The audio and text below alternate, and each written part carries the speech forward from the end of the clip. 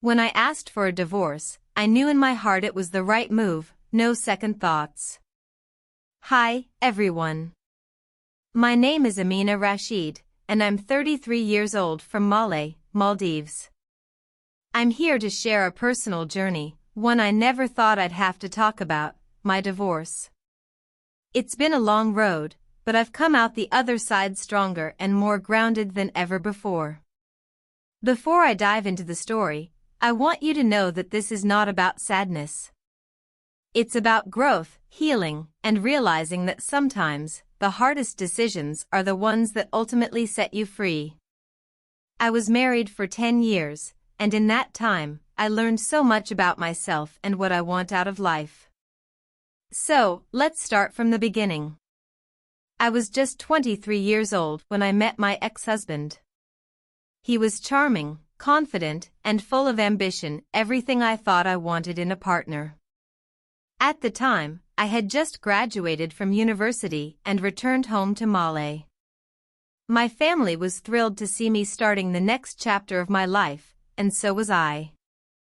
Like many young women, I had a vision of how my life was supposed to go. I'd meet the love of my life, settle down, and build a future together. It seemed simple back then, like love was all we needed to make everything work. But real life, as I would learn later, is rarely that simple. Our relationship started off like a whirlwind. We were inseparable from the moment we met, spending every possible moment together. He had a way of making me feel like I was the only person in the room, showering me with attention and affection. We would take long walks by the beach, eat at little cafes in the city, and talk about our dreams for the future. I remember thinking that I had found my forever.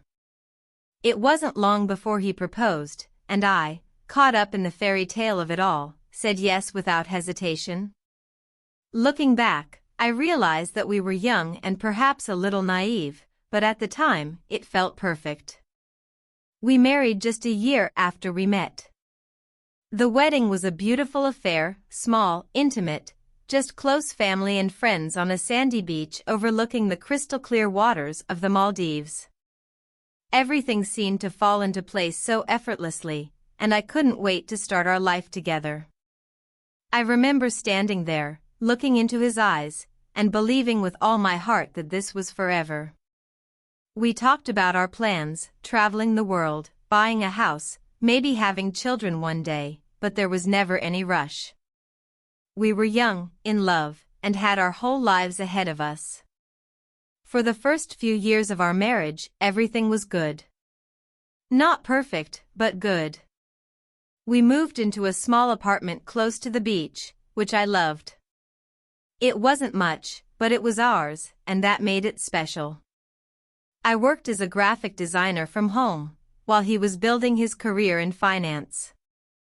We spent weekends exploring the islands or hosting dinner parties for friends. Life seemed full of possibilities.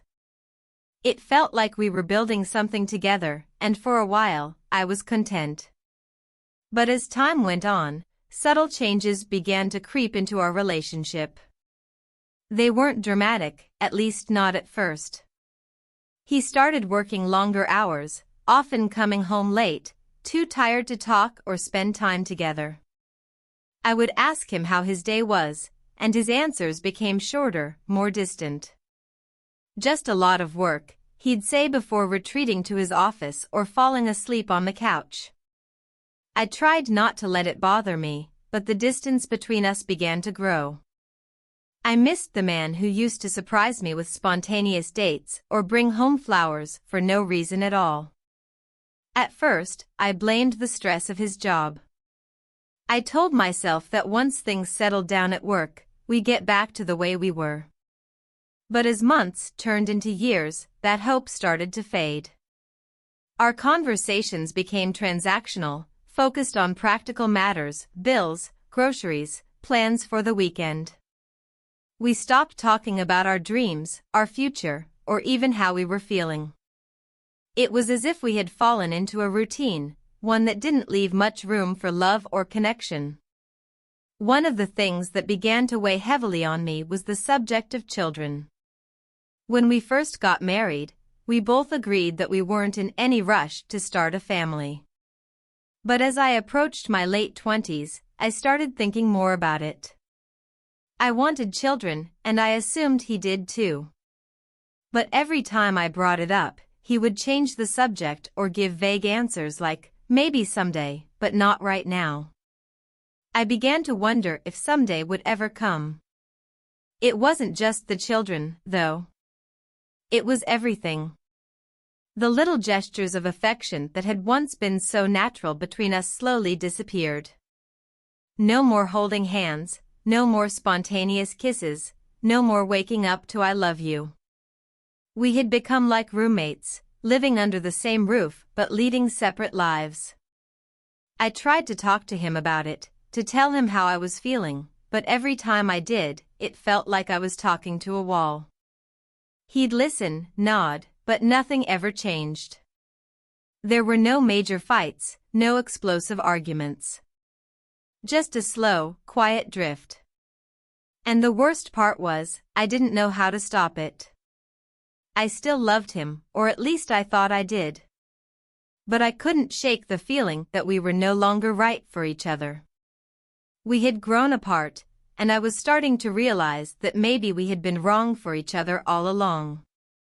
As I sat alone in our apartment one evening, listening to the waves crashing in the distance, I couldn't help but wonder how we had gotten here.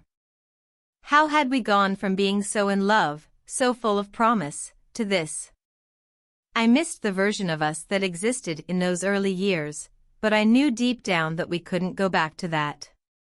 The distance between us had become too great. And that's when I first started to think about divorce. It terrified me, the idea of ending something that I had believed would last forever. But more than that, it felt like admitting defeat, like I had failed at marriage. The thought of it consumed me, but I wasn't ready to say the words out loud just yet. I knew that something had to change, but at that moment, I wasn't sure if I had the strength to make it happen. The realization that my marriage was crumbling didn't happen all at once. It was a slow, painful process, one that crept up on me in small, almost imperceptible ways. After our 5th anniversary, I started to notice how much time we spent apart, even when we were in the same room. My husband was constantly preoccupied with work, and it felt like his job had become his true partner. He was glued to his phone or his laptop, always responding to emails or taking late-night calls, even during what used to be our quiet time together. I understood that his career was important to him, but it started to feel like I was competing with it, and I was losing. Our conversations were no longer about us, or our lives together, but about deadlines, meetings, and business deals. He would talk at length about his clients and projects, but when I tried to share something about my day, it felt like he wasn't really listening. His responses were brief, almost absent-minded, as if he was just waiting for the conversation to end so he could get back to work. In the evenings, when he finally came home from the office, he'd collapse on the couch, exhausted, while I prepared dinner. I missed the intimacy of our earlier years, when we used to cook together or share a bottle of wine while we talked about anything and everything. Now, we ate in silence, the only sound being the clinking of cutlery against plates. It was in these moments of quiet that I started to feel the weight of our disconnect. I tried to make things better, to reignite the spark we once had. I planned weekend getaways, hoping a change of scenery would help us reconnect. I suggested date nights, even something as simple as a walk along the beach after dinner. But every time, he had an excuse: too tired, too busy, too much work. The few times we did manage to get away, he was still tethered to his phone, distracted and distant. It was as if he was physically present but mentally somewhere else, leaving me to feel more alone than I ever had before. And then there was the issue of children. I had always imagined myself as a mother, raising a family, and sharing that joy with my husband. Early on in our marriage, we both agreed that we wanted kids but were in no rush. At first, that was fine. I wasn't in a hurry either. But as I approached my 30s, the desire to start a family grew stronger. I would see friends posting pictures of their babies, hear stories about their family life, and feel this deep ache inside me. I wanted that. I wanted to be a mother, to have a home filled with laughter and love. But every time I brought it up, my husband shut down the conversation. He would say things like, "Not right now," or "Let's wait a little longer," but he never gave me a clear reason why. The more I pushed the topic, the more he seemed to pull away. It became a point of tension between us, something we couldn't talk about without it ending in frustration. Eventually, I stopped bringing it up. I didn't want to push him further away, but it hurt to feel like something so important to me was being dismissed. It wasn't just about having children, though. It was about everything. The easy laughter we once shared had vanished. The simple joy of spending time together had disappeared. Even the smallest acts of affection, holding hands, hugging, a quick kiss before leaving for work, became rare. I remember one night lying in bed, staring at the ceiling, wondering when was the last time he had said, "I love you." I couldn't remember. In those quiet moments, I started to feel resentment creeping in. I resented his job for taking him away from me, for turning him into someone I barely recognized. I resented the way he dismissed my dreams of having a family, making me feel like my desires weren't valid. And most of all, I resented the fact that I was trying so hard to save our marriage while he seemed indifferent. I tried talking to him about it, about how I felt like we were drifting apart. I would ask him if he was happy, if he still loved me, if he thought our marriage was worth fighting for. His answers were always vague, non-committal. "Of course, I love you," he would say, but there was no passion behind the words. It was as if he was saying what he thought I wanted to hear, without really meaning it. One night, after yet another conversation that went nowhere, I found myself crying in the bathroom, trying to keep my sobs quiet so he wouldn't hear. I felt so lost, so disconnected from the life I thought I would have. I had always been someone who believed in working through problems, in fighting for the things you love. But how do you fight for a marriage when the other person isn't willing to fight with you? I started to realize that it wasn't just about him anymore. It was about me. I was losing myself in this relationship, bending over backward to make things work, while he seemed content to let things stay the way they were. I was constantly walking on eggshells, afraid to bring up anything that might upset him, afraid to ask for more, afraid to demand the love and attention that I deserved. The emotional distance between us grew wider with each passing day. We were living in the same house, sharing the same bed, but we might as well have been strangers. There was no longer any intimacy, not just in the physical sense, but emotionally as well. I felt like I was married to a man I no longer knew, and that terrified me. As the months went on, I started to withdraw too. If he wasn't going to make an effort, why should I? I stopped planning weekend trips. I stopped suggesting date nights. I stopped trying. It felt like a losing battle, one that I wasn't sure I wanted to fight anymore. The realization that I was falling out of love with my husband was devastating, but it was also undeniable. By the end of that year, I knew something had to change. I couldn't keep living in this limbo, in this half-marriage where neither of us was truly happy. I didn't know what the future held, but I knew I couldn't continue pretending everything was fine when it clearly wasn't. The distance between us was too great, and I wasn't sure if we could ever bridge it again. By the time our 6th year of marriage rolled around, the emotional distance between my husband and me had become unbearable. What had once felt like a loving partnership now felt like a hollow shell, a marriage in name only. I could no longer ignore the reality staring me in the face. Our relationship was crumbling, and neither of us was doing anything to stop it. We had grown so far apart that I began to wonder if we had ever really been as close as I thought. The truth was something I had been avoiding, but it was getting harder and harder to run from. One evening, after another long, silent dinner, I decided that something had to change. I couldn't live like this anymore. The routine of quiet meals, brief interactions, and pretending everything was okay was suffocating me. I missed having someone to talk to, someone who understood me, someone who wanted to share their life with me. Instead, I felt like a stranger in my own home, living with someone who had become more of a roommate than a husband. I had spent months trying to fix things, suggesting counseling, asking him to open up, but nothing seemed to work. He would nod along during our conversations, but I knew his heart wasn't in it. He didn't want to change, or maybe he didn't know how.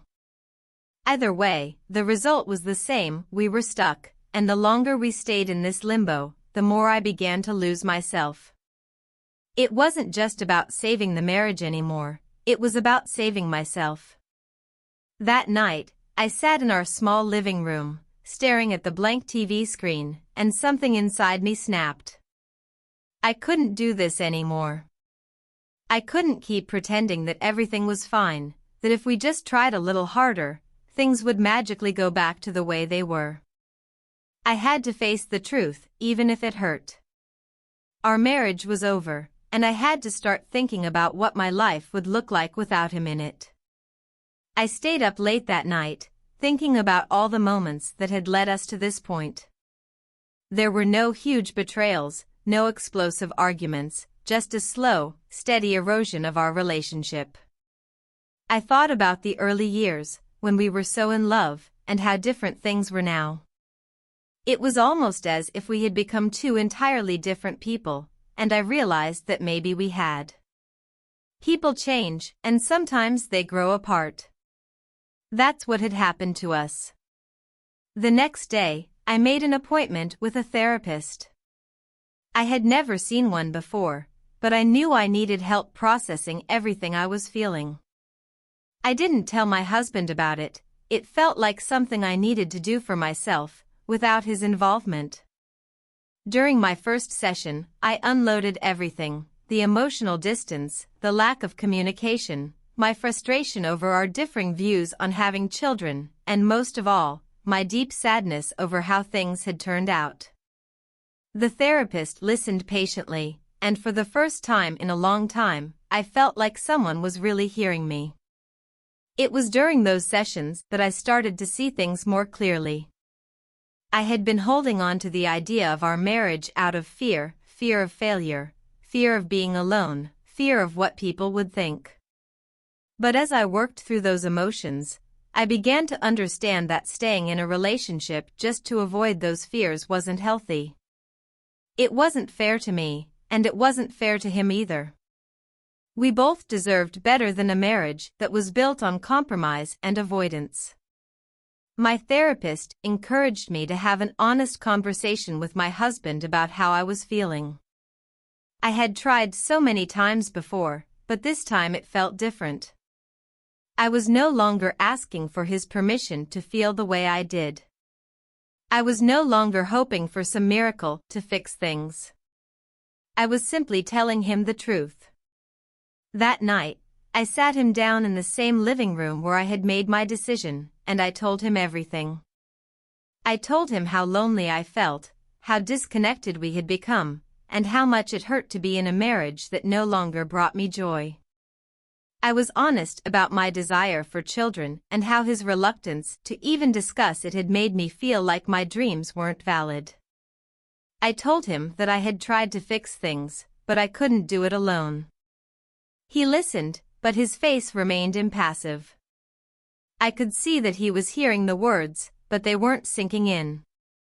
When I finished, there was a long silence. Finally, he looked at me and said, I don't know what you want me to say.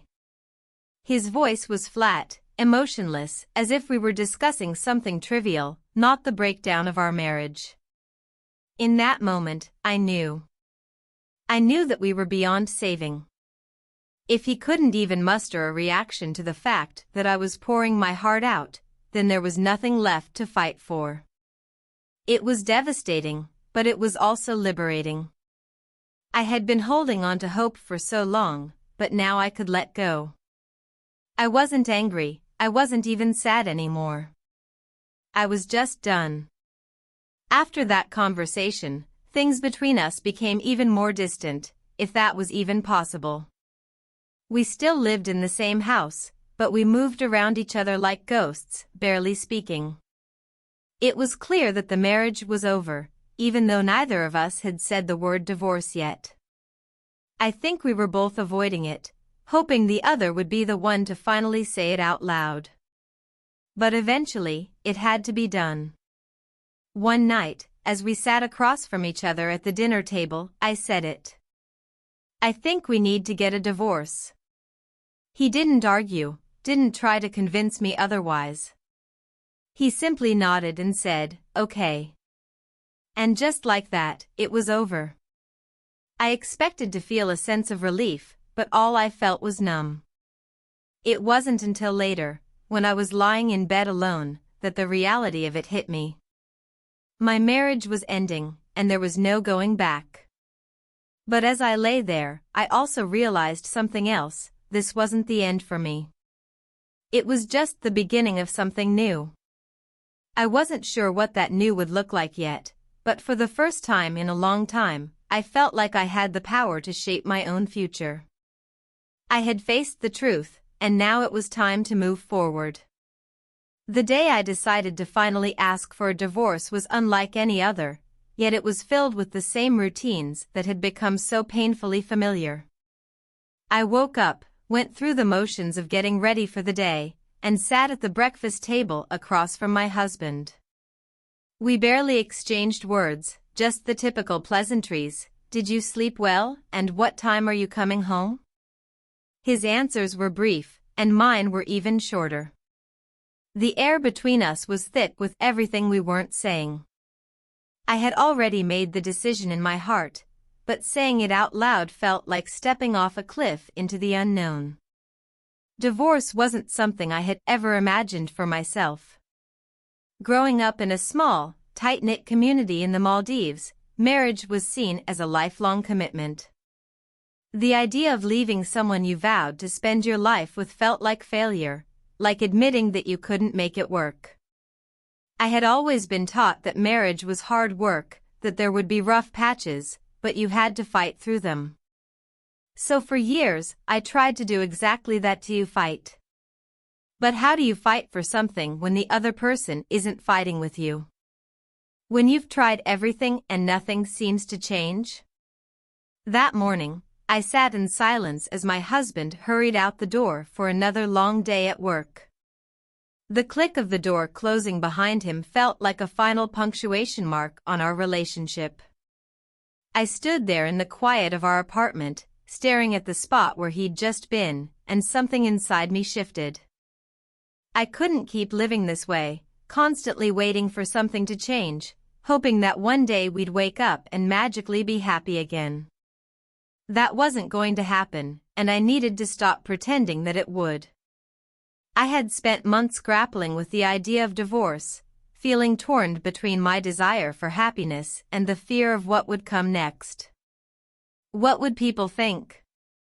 What would my family say? Would I be labeled as the woman who couldn't make her marriage work? But the more I thought about it, the more I realized that staying in a marriage just to avoid judgment was no way to live. My life, my happiness, couldn't be dictated by what other people thought of me. I had to choose myself, even if that meant facing the unknown. That day, I made up my mind. I was going to ask for a divorce. When my husband came home that evening, the usual routine played out again. He walked through the door, dropped his bag by the couch, and gave me a brief smile before heading to the kitchen. I watched him move around the room, grabbing a drink from the fridge, his face lit by the glow of his phone as he checked his work emails. For so long, I had hoped for more than this, but it had become clear that this was all he had to give. I couldn't wait any longer. As he sat down on the couch, I took a deep breath and joined him, my heart pounding in my chest. He glanced up at me, sensing that something was different. "I need to talk to you," I said, my voice barely above a whisper. He looked at me with a mixture of curiosity and mild concern but didn't say anything. I took another deep breath, feeling the weight of the words I was about to say. "I've been thinking a lot about us, about our marriage," I began, choosing my words carefully. "And I don't think this is working anymore." There it was. The truth I had been carrying for months, finally spoken out loud. I expected him to react, to argue, to get angry, to ask me why I felt this way, but instead, he just sat there, staring at me. The silence stretched between us like a chasm, growing wider with each passing second. "I think we need to get a divorce," I continued, my voice shaking. I could feel the tears welling up in my eyes, but I blinked them back. I needed to stay strong. I needed to be clear. His response was as underwhelming as it was heartbreaking. "Okay," he said simply, his tone flat, as if I had just told him we were out of milk or needed to pay a bill. I waited, hoping he would say more, hoping he would fight for us. But he didn't. He didn't ask why or try to change my mind. He didn't seem sad or angry or anything at all. In that moment, it became painfully clear that I had made the right decision. We had both given up on this marriage a long time ago, even if we hadn't realized it yet. There was no shouting, no dramatic confrontation, just a quiet, mutual understanding that our time together was over. It was strange how something so monumental could feel so anticlimactic.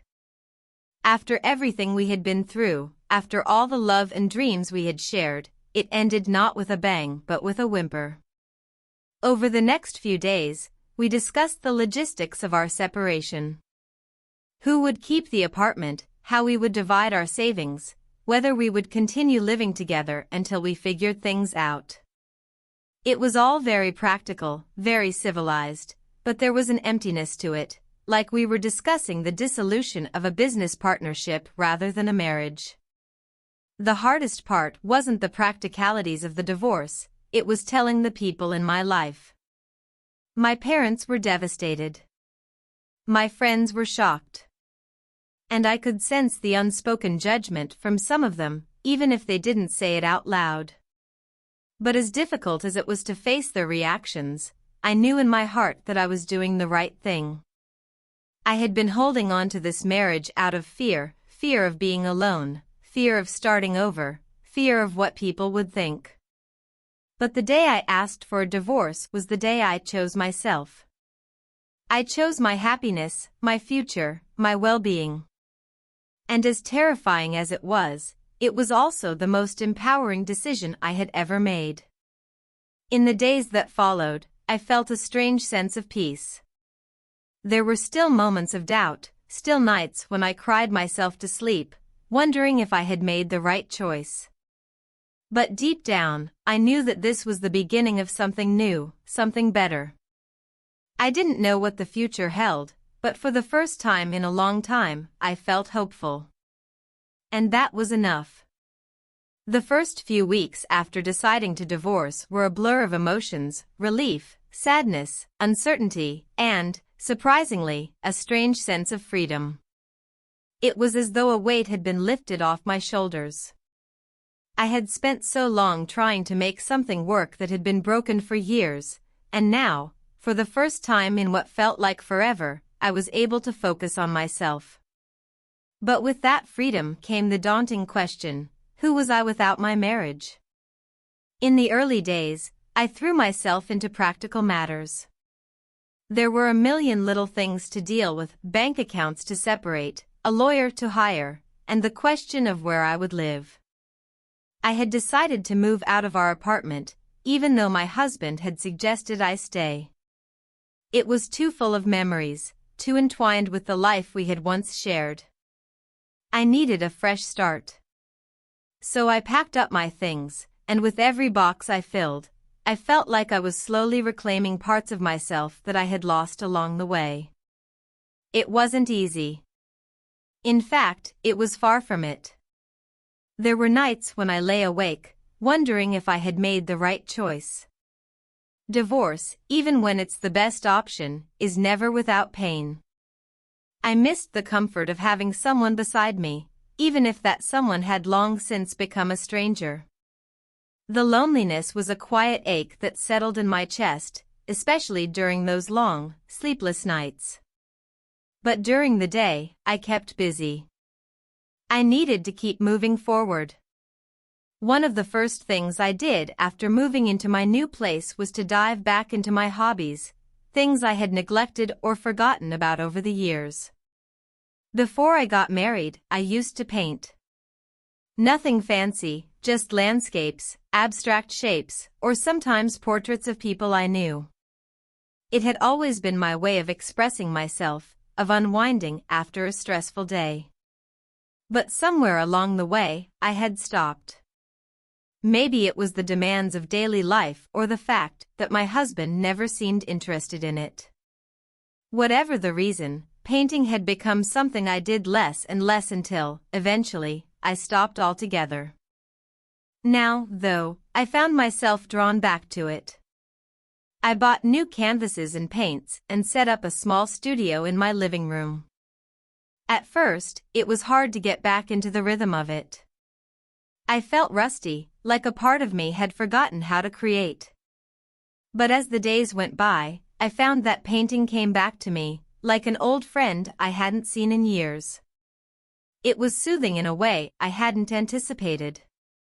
There was no pressure to be good or perfect. It was just me, my brush, and the blank canvas.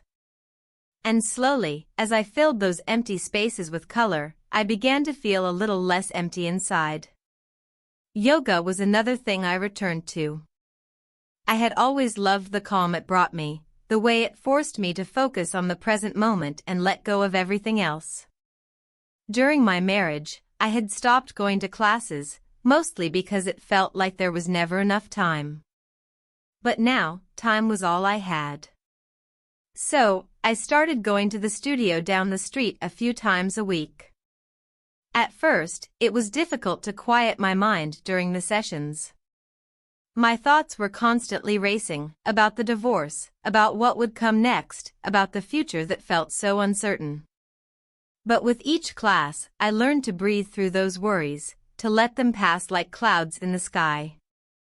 Yoga became my refuge, a place where I could center myself amidst the chaos of my life.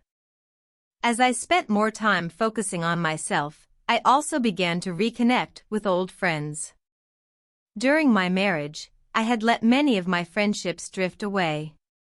My husband and I had become so isolated in our own little world that I hadn't realized how much I had neglected the people who had once been so important to me. Now, I was reaching out again, slowly rebuilding those connections. I was surprised by how welcoming and supportive my friends were. They didn't judge me for my divorce. In fact, many of them told me how proud they were that I had chosen to prioritize my own happiness. We started meeting up for coffee, for dinners, for long walks on the beach. I found that talking to them, sharing my experiences and hearing theirs, was healing in ways I hadn't expected. They reminded me that I wasn't alone, that there was life beyond marriage, and that I had the strength to build a new chapter for myself. It wasn't just about filling the void left by my marriage, it was about rediscovering the parts of myself I had forgotten, the parts that had been overshadowed by the demands of being a wife. One evening, after a particularly good yoga session, I sat on my balcony, looking out at the ocean, and realized something I hadn't felt in a long time: peace. I was still in the middle of a difficult transition, still figuring out what my new life would look like, but for the first time, I wasn't afraid. I had spent so long trying to hold on to a version of my life that wasn't working, and now, in letting go, I was finding something much better, myself. I began to see that the divorce, painful as it was, had given me a gift, the chance to start over. It wasn't the life I had planned, but it was the life I had now, and I could make it whatever I wanted it to be. The future no longer felt like something to be feared, but something to be embraced. I started setting new goals for myself, small things at first, like completing a painting or learning a new yoga pose, but eventually bigger ones. I wanted to travel more, to see the world beyond the small island I had called home for so long. I wanted to invest in my career as a graphic designer, maybe even open my own studio one day. These were dreams I hadn't allowed myself to have before, but now they felt possible. I was no longer tied down by someone else's expectations or limitations. I was free to dream, to explore, to create. As the weeks turned into months, I realized that I was not just surviving the divorce, I was thriving. I was rediscovering who I was, not as someone's wife, but as Amina, an individual with her own passions, dreams, and desires. The loneliness I had feared so much was still there at times, but it no longer defined me. I was building a new life, one that was full of possibilities. And for the first time in a long time, I was excited about the future. After months of navigating the emotional and logistical challenges of my divorce, I began to notice something profound. I was growing. Not just in the practical sense of learning how to live on my own or managing my life without a partner, but in a deeper, more personal way. I was evolving into someone stronger, more self-assured, and far more in tune with who I was and what I wanted from life. This growth didn't happen overnight, of course, but looking back, I could see the quiet, steady transformation that had been taking place within me. I had always been the type of person who avoided conflict, who went out of my way to make others happy, often at the expense of my own needs. During my marriage, I had unconsciously slipped into the role of the peacekeeper, the one who compromised, who bent without breaking to accommodate my husband's needs. But in the process, I had lost touch with my own desires, my own sense of self-worth. Divorce forced me to confront that reality, and it pushed me to begin advocating for myself in ways I never had before. One of the first steps in this process of growth was learning how to set boundaries, not just with other people but with myself. I had always been a people pleaser, and that part of me hadn't disappeared with the end of my marriage. I found myself still wanting to accommodate others, still feeling guilty when I said no to invitations or requests, even when I knew they would stretch me too thin. But now, I was more aware of the importance of protecting my own energy and well-being. I started small. If I didn't feel like going out with friends, I gave myself permission to stay in, guilt-free. If I felt overwhelmed by work, I would take a step back and make time for self-care, even if that just meant a quiet evening with a good book or a long bath. It wasn't about becoming selfish, it was about recognizing that my needs were just as valid as anyone else's. For the first time in my life, I was learning how to put myself first without feeling like I was doing something wrong. As I practiced setting boundaries, I also became more comfortable with being alone. It's funny, I used to dread solitude. Before the divorce, I would fill my time with distractions, work, social outings, even endless scrolling on my phone, anything to avoid sitting with my own thoughts. But now, I had no choice but to face the quiet. At first, it was uncomfortable. I felt restless, like I should be doing something, anything, to keep myself busy. But gradually, I began to see the value in solitude. In those moments of stillness, I started to reflect on who I was and what I truly wanted from life. I realized that so much of my identity had been wrapped up in being a wife, in the expectations that came with marriage. I had spent years focusing on our shared life, our shared goals, without stopping to ask myself if those goals were really mine. Did I want the same things, or had I simply gone along with what was expected? As these questions swirled in my mind, I came to a powerful realization: my divorce wasn't just an end, it was a beginning. It was an opportunity to rediscover myself, to figure out what made me happy, independent of anyone else's expectations. I no longer had to compromise my dreams for the sake of someone else's. I had the freedom to create the life I wanted, and that realization was both exhilarating and terrifying. One of the biggest shifts in my thinking came when I stopped viewing my divorce as a failure. For so long, I had internalized the idea that divorce meant I had somehow failed at marriage, that I hadn't tried hard enough, or that I wasn't good enough. But through my journey of self-reflection, I began to see things differently. My marriage had been a chapter in my life, a chapter filled with love, growth, and lessons learned. But like all chapters, it had an ending, and that didn't diminish its value or mine. I started to let go of the guilt and shame I had carried around for months. I hadn't failed, I had made a choice. A choice to leave a situation that no longer served me, a choice to prioritize my own happiness and well-being. And that choice was something to be proud of, not something to regret. As I worked through these emotions, I also found myself setting new goals for the future. For the first time in years, I felt free to dream again, to imagine what my life could look like if I truly followed my passions. I had always been passionate about graphic design, but during my marriage, I had kept it more as a side project. Now, I wanted to take it more seriously. I started researching how to start my own design business, something that had always been in the back of my mind but never felt achievable before. It wasn't just about career goals, though. I also set personal goals. I wanted to travel more, to experience the world beyond the small island I had called home for most of my life. I wanted to meet new people, explore new cultures, and push myself out of the comfort zone I had been in for so long. These dreams weren't about escaping my life but about expanding it, about seeing what else was out there for me to discover.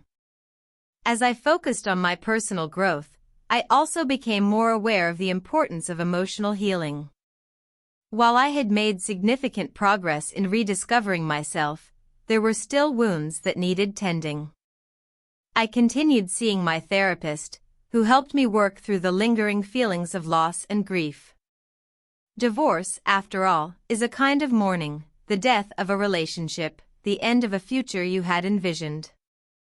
And just like any loss, it takes time to heal. But as the months passed, I found that those wounds were healing. Slowly but surely. The pain wasn't gone entirely, but it no longer consumed me the way it once had. I was learning to carry it with grace, to accept it as part of my journey, rather than something that defined me. Each day, I felt a little lighter, a little more whole. By the time a full year had passed since my divorce, I looked back on the person I had been and hardly recognized her. I had grown in ways I never thought possible. I was stronger, more confident, and more at peace with myself than I had ever been before. The divorce had been the catalyst for this transformation, but the real work had been my own. I had chosen to grow, to heal, to move forward. And that decision had made all the difference. I realized that the life I was building now, one filled with passion, purpose, and self-love, was one I never could have imagined while I was still trapped in a marriage that no longer served me. And for that, I was grateful. A year had passed since I first made the decision to end my marriage, and as I stood on the other side of that experience, I could finally say with confidence that I had come out stronger. Looking back, It was incredible to think about how much I had changed, how much I had grown, and how much of myself I had rediscovered in the process. The woman I was before the divorce felt like a distant memory, someone who had been lost but was now found. I wasn't just surviving anymore, I was thriving. I remember the day it hit me, that realization that I had truly moved forward. It was a quiet afternoon, just me sitting on my balcony, watching the waves roll in and out. The sea had always brought me peace, but on that particular day, I felt an even deeper sense of calm. For so long, I had been in survival mode, constantly pushing through the pain and the uncertainty of the divorce. But now, I felt settled, not just in my surroundings, but in my soul. I thought back to the woman I had been when I first got married. I was full of dreams, hope, and the belief that love would be the foundation of everything. But I had also been naive. I didn't yet understand the complexities of life, the way that love alone isn't always enough to sustain a relationship. I hadn't known then that people could grow apart, that sometimes the best thing you can do for yourself is to walk away. That journey, from the day I said I do to the day I said I'm done, was filled with both joy and heartbreak. And as painful as it was, I wouldn't trade it for anything. My marriage had taught me invaluable lessons about love, compromise, and the importance of staying true to myself. Without that experience, I wouldn't have become the person I am today. One of the biggest lessons I learned was that it's okay to let go. For so long, I had held on to the idea that a successful marriage meant sticking it out no matter what. But I've come to realize that success doesn't always mean staying, it can also mean knowing when to leave. There's strength in choosing your own happiness, in recognizing that you deserve more than a relationship that leaves you feeling unfulfilled. Walking away doesn't mean you failed, it means you're brave enough to seek something better. I also learned that growth often comes from the most difficult moments in life. My divorce had been one of the hardest things I'd ever gone through, but it had also been the catalyst for my personal transformation. Without it, I don't think I would have pushed myself to rediscover my passions, to set new goals, or to prioritize my own well-being.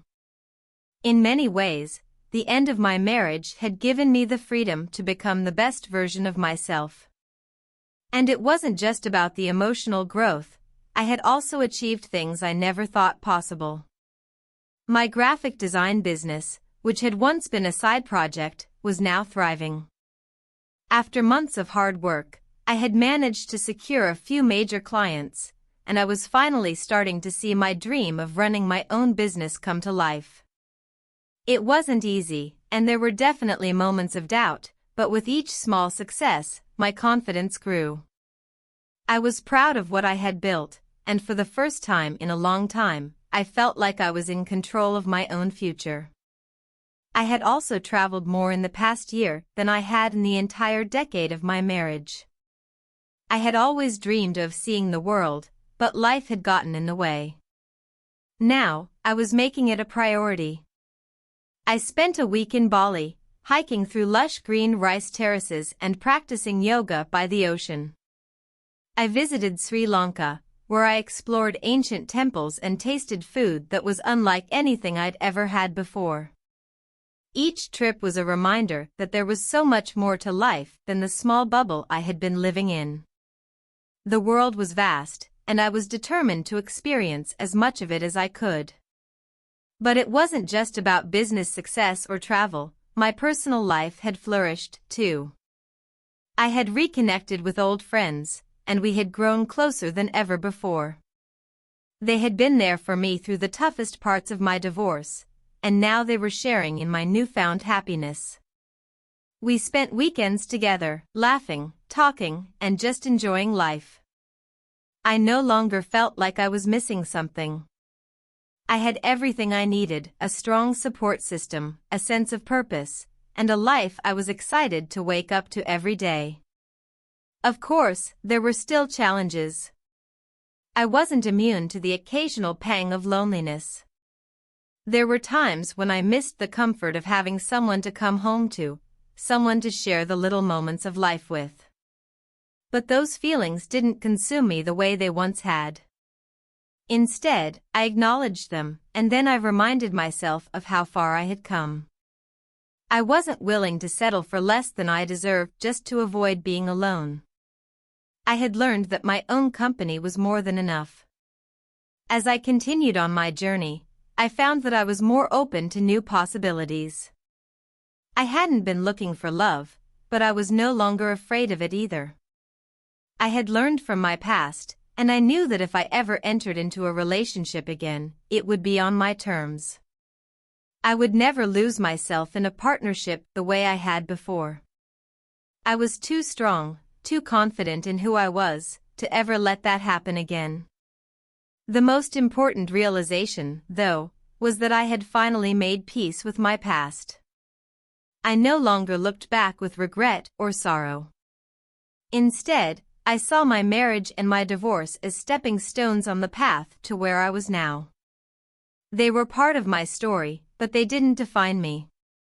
I had written a new chapter, one that was filled with hope, resilience, and self-love.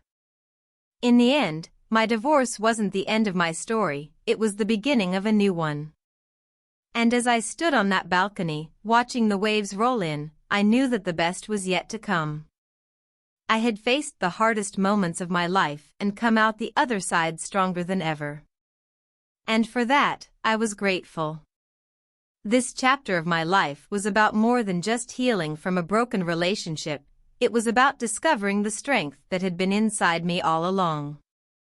And now, as I looked toward the future, I was ready for whatever came next. I had learned to trust myself, to believe in my own worth, and to embrace the possibilities that lay ahead.